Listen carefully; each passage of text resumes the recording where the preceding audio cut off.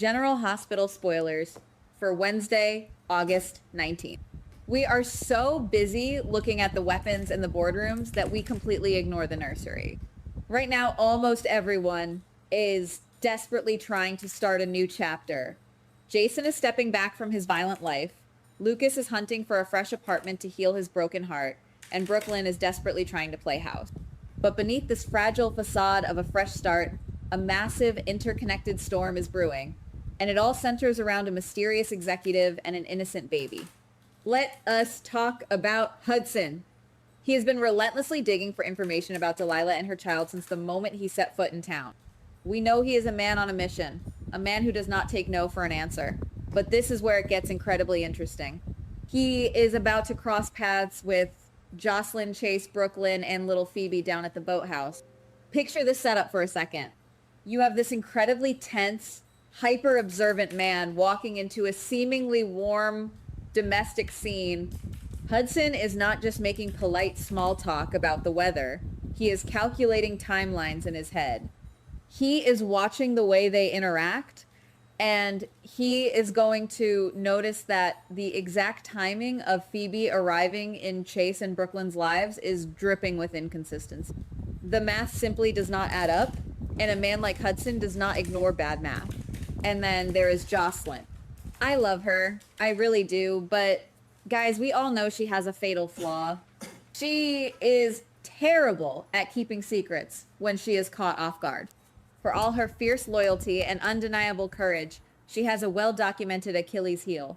When she is cornered, when the psychological pressure is applied unexpectedly, she talks, she fills the silence because silence makes her anxious.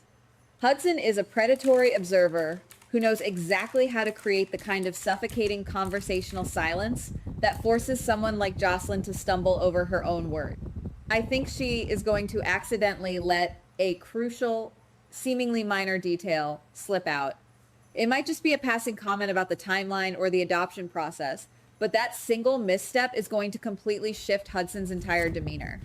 From that exact moment, Phoebe is no longer just an adopted baby in a loving home. She becomes the epicenter of a massive, dangerous secret. Hudson is going to realize he has struck absolute gold. This brings us to the suffocating tension brewing back at the main estate. Brooklyn is about to realize that living under the same roof as Willow is not the peaceful domestic dream she anticipated. Initially, Brooklyn is just trying to keep the peace. She wants a stable environment for Chase and their new family unit. She wants to focus on Phoebe and her husband. But the more Brooklyn observes the daily interactions in that house, the more she sees the unresolved, toxic tension between Michael and Willow. There is a deep, jagged fracture there that neither of them is addressing. The smiles are tight, the conversations are clipped, and the atmosphere is thick with unspoken resentment. Brooklyn does not want to be the referee in their marital Cold War, but she is far too perceptive to ignore the cracks in their foundation. Now, I have to stop and ask myself, am I reading too much into Brooklyn's position here? Maybe she really just wants to focus on her own baby and her own husband. Maybe she will just turn a blind eye, shut her bedroom door, and let Michael and Willow destroy their own marriage in private. It is entirely possible she chooses self-preservation over family metal. But let us be real for a second. This is Brooklyn. We are talking about... She is fiercely protective of her family's legacy and the harmony of her home. The things she uncovers about Michael and Willow are going to force her to pick a side, whether she wants to or not. She is going to realize that the danger to her family's peace is not just coming from the outside, it is sleeping down the hall. Meanwhile, across town, we have another heartbreaking illusion of a fresh start. Lucas thinks he is hitting the reset button on his tragic life by renting a new apartment. He is trying to physically move away from his grief. But nothing is ever simple for these people, is it? Joe suddenly appears with the exact same idea, looking to rent the very same place. Naturally, Lucy is going to meddle. Lucy cannot help herself. She thrives on orchestrating the lives of others. She is going to manipulate the situation so that Lucas and Joe end up as roommates. On the surface, it sounds like a classic lighthearted sitcom setup. Two guys, one apartment, orchestrated by a meddling executive. But the real story here is not about a quirky living arrangement. The real story is Ava. Ava is watching Lucas, and because she is intimately, painfully familiar with profound grief, she sees right through his brave face. Ava knows what it looks like when someone is drowning on dry land. She realizes that Lucas is nowhere near over Marco. The ghost of Marco is still standing right beside him. Ava is going to start questioning his motive. Is Lucas actually looking for a new roommate because he is ready to open his heart and start living again? Or is he just desperately trying to fill a gaping, agonizing void left by Marco? Ava's psychological read on people is rarely wrong, and she knows that trying to replace a lost love with a new distraction only leads to more devastation. Lucas is walking into a trap of his own making, and Ava is the only one standing on the outside, seeing the collision course clearly. This overarching theme of running from the past connects directly to Sonny and Anna. Sonny genuinely believes he is walking into a new peaceful chapter by stepping away from the underworld. He thinks he can just wash his hands, close the door, and be a regular citizen. But Anna is about to drop a harsh reality check on him that will force him to reevaluate everything he thought he knew about retirement. Anna is not just a former spy. She is a woman who understands that the past never truly stays buried. She suspects that the dangerous network connected to Jens is still fully operational outside the prison walls.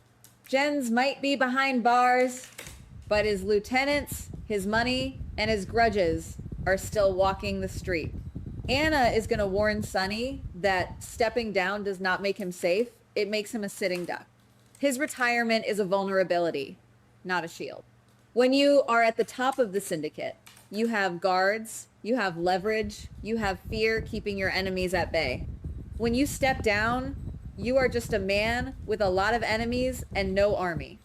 If Jens's people are still active, Sonny pulling back might be the exact signal they have been waiting for to strike. And this realization is going to shake Sonny to his core. And this brings us to the most fascinating, complex piece of the entire puzzle. Jason, I absolutely do not believe Jason is leaving Sonny just because he suddenly craves a quiet, normal life. Jason does not know how to live a normal life. His DNA is wired for conflict and protection. If you ask me, the real reason, the only reason that matters, is Danny. Jason understands better than anyone that the people standing closest to Sonny are the ones who eventually catch the bullets. He has seen it happen too many times. He is cutting ties to ensure Danny does not become the next piece of collateral damage in a war he did not start. But here is the kicker. Britt is not going to buy his noble, quiet retirement speech for one single second. When Jason tells Britt he is out of the game, her sharp, analytical mind is going to start spinning. She knows him too intimately. She has seen the way his mind works tactically. Britt is going to realize that Jason is hiding a much larger, far more dangerous motive. I genuinely suspect she will be the one to figure out that Jason is not retiring at all. He is preparing for a solo war. He is stripping away the syndicate's rules, the organizational red tape, and the visible targets, so he can operate completely in the shadows. If the forces loyal to Jens are still active, Jason leaving Sonny is not a retreat. It is step one in a master plan to handle the threat on his own terms. He is isolating himself so that when the fire comes, it only burns him, not Danny, and not the people he loves. Jason is setting up a perimeter, and Britt is the only one who sees the invisible tripwires he is laying down. She knows that when Jason goes quiet, it does not mean peace. It means he is reloading. And this is exactly where every single one of these seemingly disconnected threads weaves together into a terrifying tapestry. Think about it, guys. Look at the board. Hudson is aggressively digging into Phoebe's origins, ready to unearth a secret that could destroy a family. Jocelyn is spilling dangerous information because she cannot handle silence. Brooklyn is caught in the crossfire of Michael and Willow's collapsing dynamic, realizing her safe haven is a war zone. Anna is warning Sonny about invisible enemies that are waiting in the dark. Lucas is bleeding over Marco while trying to move on under Ava's watchful, cynical eye. And Jason is silently, methodically arming himself to protect Danny from a threat nobody else fully comprehends yet. All of these people are desperately trying to protect their fragile new beginnings. They are all trying to build houses on sand, completely unaware that the tide is already rushing in. I truly believe all these separate crises are hurtling toward the exact same massive revelation. The secrets are too big, the players are too volatile, and the stakes are simply too high for this to end quietly.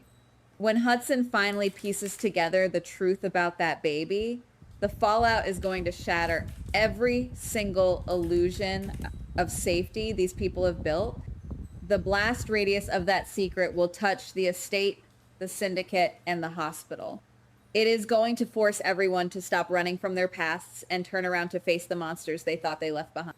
And as we watch all these carefully constructed lives begin to fracture and crumble, you really have to wonder, when the dust finally settles and the truth is out in the cold light of day, who will actually be left standing in the wreckage?